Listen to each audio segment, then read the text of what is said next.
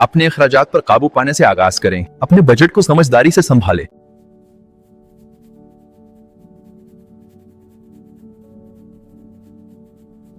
हर रुपए को एक मकसद दें।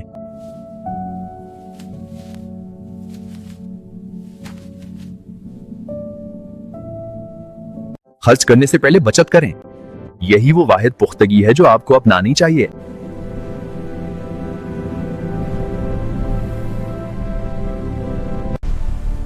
अपने पैसे को अपने लिए काम करने दें।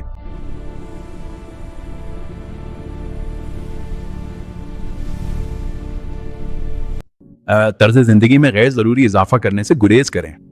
मेरी बात याद रखें,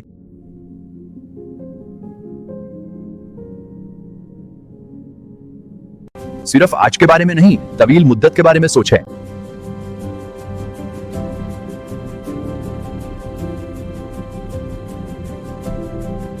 क्योंकि दौलत नज्म ज़ब्त से बनती है। तो इस वीडियो का खुलासा ये है कि अपने पैसे पर काबू पाएं, वरना ये आप पर काबू पा लेगा। पैसे पर कंट्रोल और दौलत बनाने के लिए फाइनेंस ब्लूप्रिंट सब्सक्राइब करके आज ही सफर शुरू करें।